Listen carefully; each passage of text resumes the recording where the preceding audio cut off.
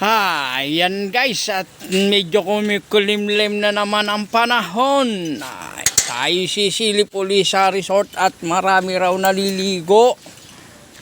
Tingnan nga natin, parang nagkakagulo ata ang mga tao dito. Ay oo nga guys, maraming tao ang ating resort ngayon. Ayan mga naliligo sila.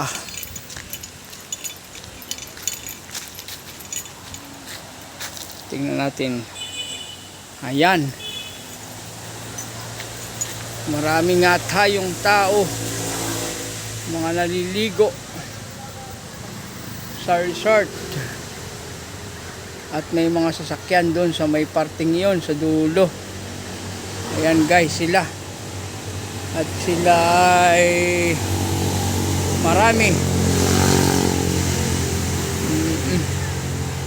Ayan guys, nakita na natin ang dami ng mga naliligo. Kaya balik na ulit tayo sa ating lungga. Grabe naman magpatakbo si kuya, parang gusto palipadin yung kanyang sasakyan. Yan, isa pa ito, nadadaan. Tayo papasok na guys at nanggaling na tayo doon, sinilip na natin. Marami tayong tao ngayon sa resort. Kaya buhay na naman ang mga mata. Sorry guys. Dagat.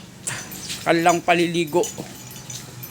Ayan. At sige guys, at hanggang dito na lang. At maraming salamat sa inyo. At pakikita ko sa inyo yung ating nakita doon sa ibaba ng resort na mayroong naliligo. Bye bye.